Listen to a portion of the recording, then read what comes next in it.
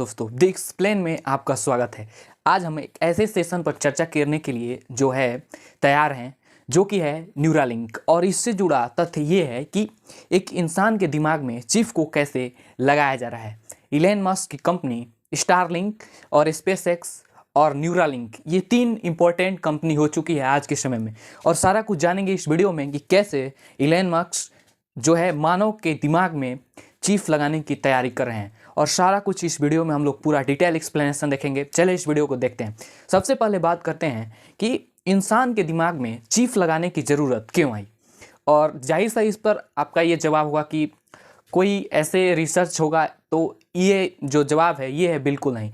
इसके पीछे डाटा ये है कि इंसान के ब्रेन को कंप्यूटर के साथ यहाँ पे जोड़ने का प्रयास किया जा रहा है। और जब कंप्यूटर और इंसान की जो ब्रेन है जब एक साथ जुड़ेगी तो कीबोर्ड के माध्यम से नहीं बल्कि दिमाग के माध्यम से ये पूरे काम कर दिए जाएंगे। और इसी पर कुछ रिसर्च कर रही है इलॉन मस्क की कंपनी न्यूरालिंक। और न्यूरालिंक जो कि स्पेसएक्स और स्टारलिंक, ये तीनों एक ही जो जिनके मालिक हैं इलॉन मस्क, ये अभी ऑफिशियली 29 जनवरी को ये लोग दावा किए थे कि हमने एक चिंपैंजी के दिमाग में इसको फिट किया है। इस चिप को जो एक आईसी फॉर्म में होती है उसको ये लोग बना चुके हैं। और शरीर के किसी ब्रेन के एक ऐसे पार्ट में इसको लगाने की योजना है कि इसको कंप्यूटर के साथ जोड़ा जा सके।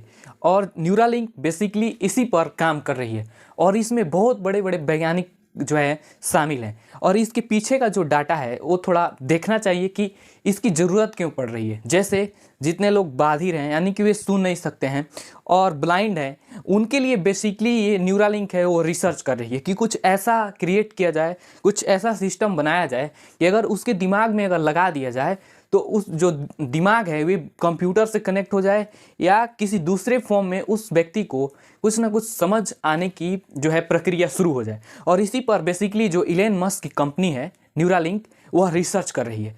तो 29 जनवरी 2024 को एक ऑफिशियली इलॉन मस्क की कंपनी ने दावा किया कि ये जो है सक्सेसफुल हो गया है। लेकिन क्या ये सोचने वाली बात है कि अगर किसी के दिमाग में उसको छेड़छाड़ करके किसी के जो सेरिब्रम है, 3 तरह के जो भाग हैं दिमाग में, उनको अगर डिस्टर्ब किया जाता है, उनमें कुछ गड़बड़ी लाई जाती है, तो क्या आदमी की जो है याददाश्त चली जाती है?